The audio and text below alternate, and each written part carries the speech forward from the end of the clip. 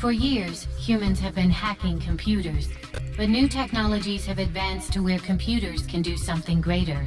Hack human reality. First search result, game maker Robin Arnott. He makes games that aren't just played. They play the player.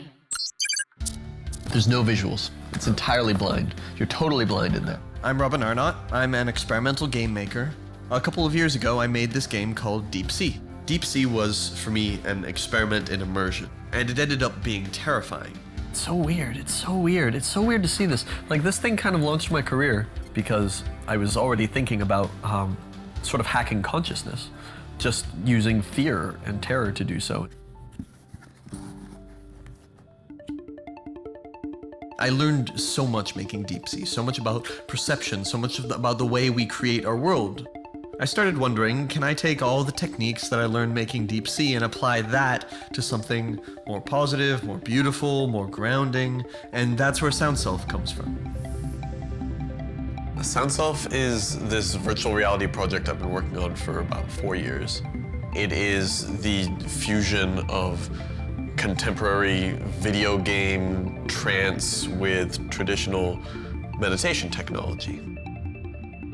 The original idea of Sound Self comes from my experience as a participant at Burning Man. My first peak experience came on a mild dose of LSD at Burning Man. From there, everything else just shattered, and I realized that path into the peak experience was something that I could reproduce with game mechanics. There's a microphone on the virtual reality headset, you have headphones in your ears, and you're invited to chant with your voice. Ooh, long tones like this. And Sound Self hears these long tones, and it resonates with it. It produces sounds that share the tone that you're producing. And you stop chanting, and you choose another tone. And now Sound Self is making music out of these tones you've brought into it. And there are these abstract visualizations that are dancing in front of you, that are generated by the music, that is generated by your voice. And you breathe in, and everything shuffles around and changes, and it's breathing with you, it's chanting with you, it's singing with you. I think this game is the first of its kind, and I think it really has the capacity to move people into a more whole, more mindful way of living and knowing themselves.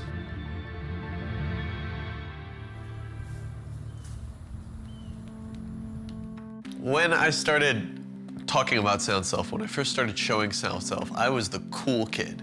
I was the cool VR kid. I was the guy doing new stuff with VR. Everybody wanted me at their parties. Everyone wanted Sound Self at the parties. People were writing about me, no problem. And now virtual reality is hitting streets. And I'm not the cool kid anymore. Our whole business plan for, okay, so how are we gonna do this in order to make this crazy, wild, weird art piece commercially viable was to launch with Oculus and to be part of that beginning conversation, and we missed that. There's no existing models of how to create something like this. We've had to invent and invent and invent every step of the way, and that takes a long time. We did a Kickstarter about 3.5 years ago, I think. We're still not ready, still pulling the pieces together.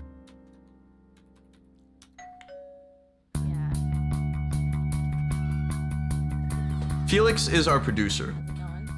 Good to see you. Do you want me to read this to you? Yeah, read me the list. Let's do it. The command to keep vocalizing remains after the rest of the intro disappears, because what often happens is as soon as the intro disappears, people stop chanting. You're right, that's a very gamey thing. Yeah. Something my programmer says, the first 90% of the game takes the first 90% of the time. The last 10% of the game takes the last 90% of the time. The good news is that it's almost exactly the same list as I have. Yep. Bad news is that it's almost exactly the same list as I've had for a while. People have really taken a risk on me, and if it doesn't pay off for them, then who's gonna take a risk on me next time? Why don't I tell you a tale? A tale of art, and my personal favorite, weirdos. Throughout human history, altered realities have been sought out through spiritual practices, science, or psychotropic drugs. Now reality can be altered digitally. Second search result. An artist collective that uses technology to not just alter human reality, but augment it. We started as an art collective. A group of people got together, just needing urgently to express themselves in an art world that had no room for us. Oh, Meow Wolf is pretty much a cult, but we're not, it's like not that bad. It's an ode to the traditional role of artists, not only in Santa Fe, but just on the planet. Well, I was vaguely aware of the group Meow Wolf for a number of years, because they've been active in Santa Fe for, I think, close to a decade. But I became much more aware of the Meow Wolf through Vince Kadlubeck. Vince called me up and told me that Meow Wolf had this new project, this new dream, really. It's always been that we started with these empty spaces, and then we would go from there. And so it's fitting that with this project with George started with an empty bowling alley. I sent him an email. I was like, fuck it, let's just see what happens. Maybe he'll be interested. And I sent him an email saying, hey, George, there's an old bowling alley, and I think you might be into it. The old Silver Lanes bowling alley closed around 2008. I passed that every day. It always broke my heart. It makes me sad to see a boarded up building, or especially if it has a cool, colorful history. He did a bunch of renovations, about $3 million worth of renovations to get the building in a proper shape. You had this gigantic cavernous space. The idea of bringing it back to life really appealed to me, and boy, has it come back to life. I'm Alva, and I'll be your gate agent today.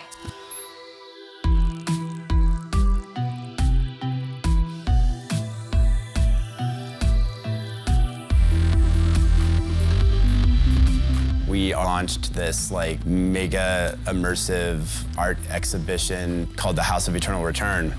It's like a family entertainment experience. It's like a story that you get to actually walk through. That is insane. You discover these wormholes that lead into other dimensions.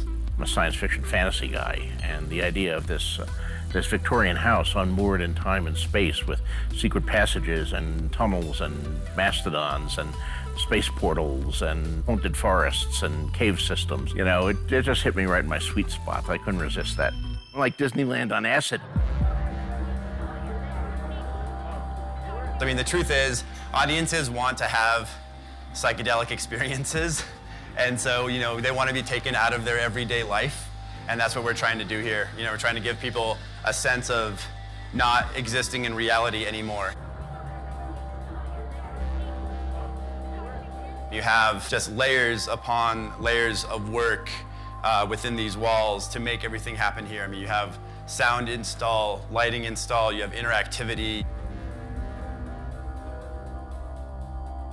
There's over 48,000 addressable LEDs in the exhibition. We ran over 50,000 feet of low voltage LED wiring. There's over 175 discrete channels of audio.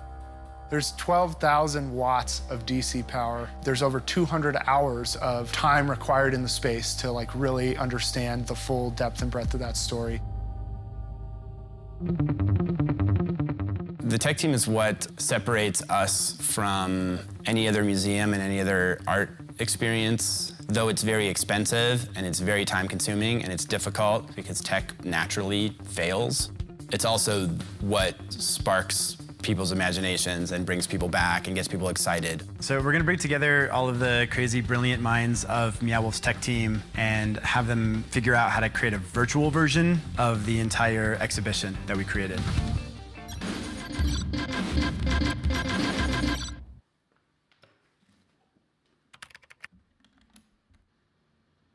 In 1990, Terence McKenna said, "I think that the difference between computers and drugs is going to migrate towards the vanishing point, that the computers of the future will be drugs, and the drugs of the future will be computers." In 2016, virtual reality will be my portal to lucid dream worlds fantastic and bizarre. I will occupy these stages and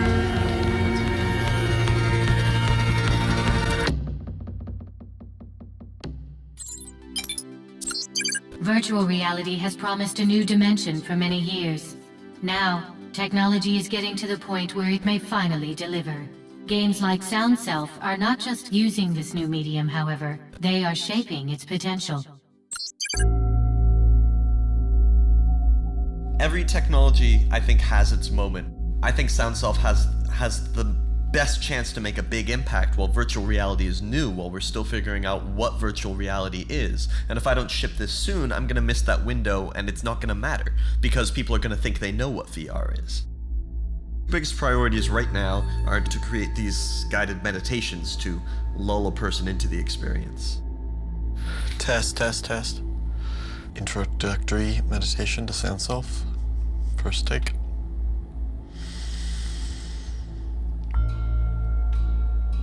Welcome to Sound Self. Relax your body into a comfortable position, lying down or reclining. Before.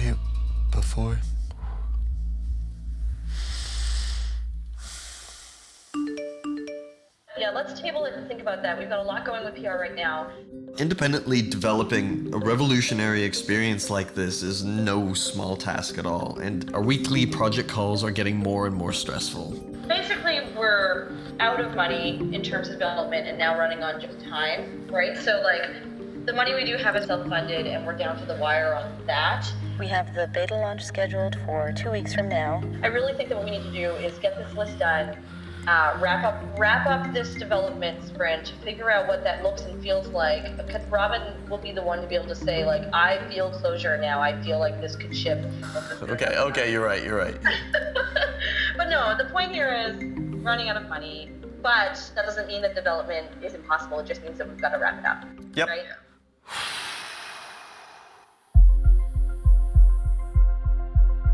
My friend Topher is a really brilliant illustrator who can help take this abstract experience and convey it to people in an image. This is for the storefront image, yeah? That's right. Cool. Man, this is really cool. What is the storefront image? We put Sound Self up on like Steam and the Oculus store. We need some sort of image to be like, this is the game, you know, it's the box art. That's gorgeous, that is gorgeous. So what I'm gonna do with these is scan these in and then use these as layers for the box art. Ooh, that looks so much nicer. It looks like a very analog interpretation of some of the visual styles we have going on in the game. So looking at this right now, it doesn't look to me like this is kind of exploding out of her. It looks like that's the background to her. It looks like she's in front of this. I would love it if this felt like it was exploding out of her head, if it was coming from her. Like really emanating from, like, which direction? Like if I was her, you know, so from the back. Yeah. Okay. Yeah, man, this is looking really awesome. I love the direction this is going in. I need to do one last test just to make sure that the guided meditation is working and that the audio issues are finished before we can ship this.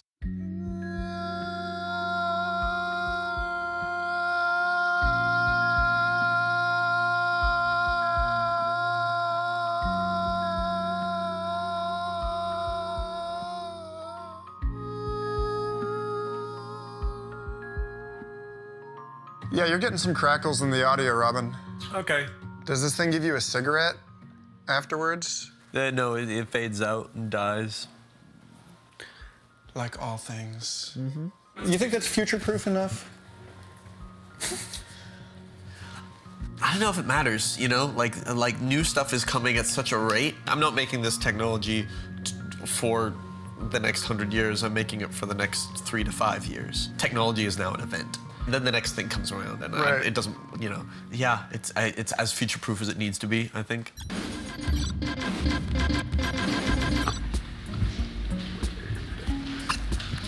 I'm into it. Instructions. What are those for? By transforming the physical world into a virtual one, Meow Wolf is attempting a radically unique approach to delivering a psychedelic experience. But creating a new blended world is no small task. This idea is an entire branch of Meow Wolf that doesn't exist right now, just so that we can start to wrap our brains around what are we delivering first, what then delivers, and what are we building up to. The technical aspects are half the battle. There's a whole nother narrative piece and assets that have to be assembled and integrated. If we wanted to have a VR mode where people could use you know, the cardboard, yeah, and could essentially walk around the exhibit with a headset on, experiencing the exhibit, but with the VR overlay on it. We actually are creating like this multiverse. I think that's phenomenal. Yeah.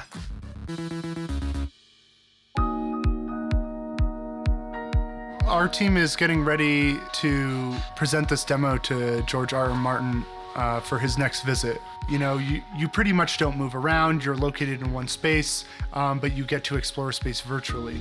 So we're using a process called photogrammetry, which is used a lot in like AAA video game development. It's really a great technique for taking real-world objects that are texture dense and letting you recreate models of them really quickly, actually. So we're mapping this chair.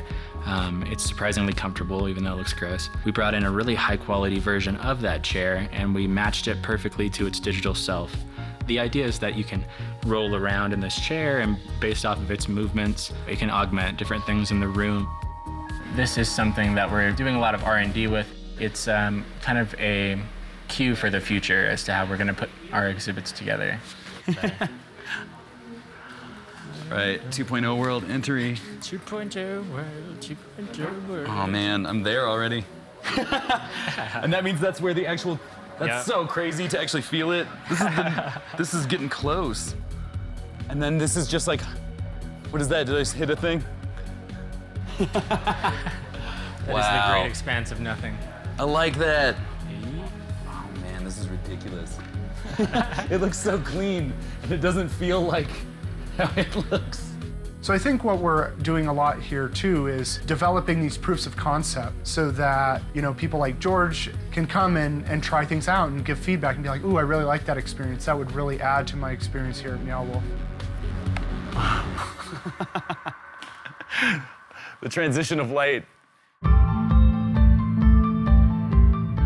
Coding, programming, systems programming, interfacing, these are complicated things. You know, when you're developing with anything like this, you know, all the hardware that you're using is the first generation of that hardware. It's stalled out on me like 3 times, you know, in the past day. So we're definitely working on making it a little bit more solid where it's gonna work no matter what. We have a bit to do, but yeah, we're excited about the progress over the last couple days.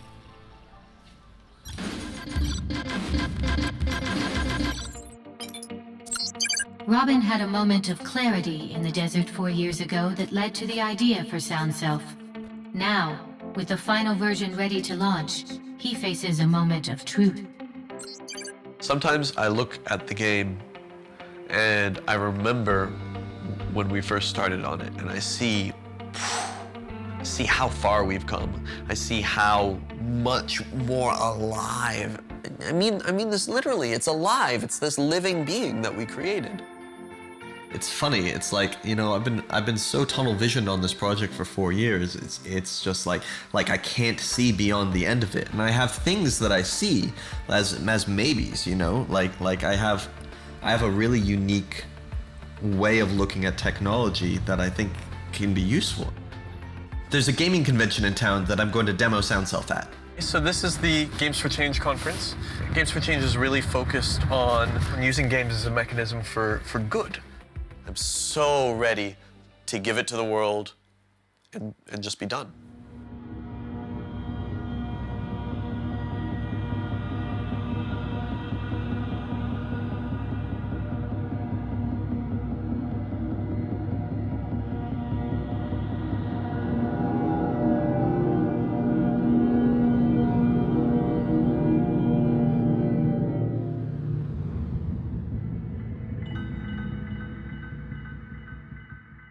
Reminded me of my first acid experience, the first time I dropped acid. That's what it reminded me of. It worked.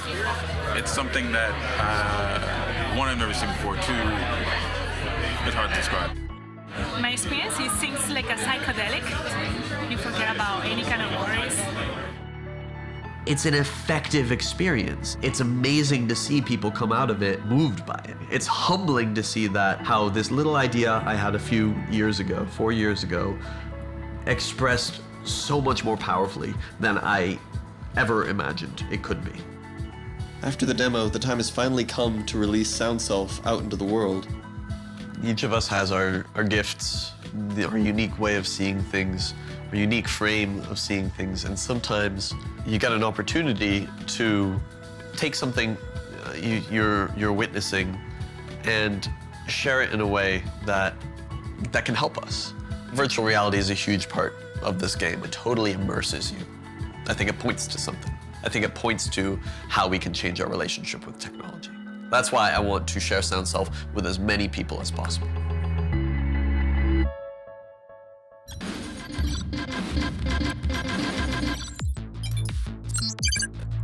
As virtual reality combines with physical reality, a new hyper-reality is born.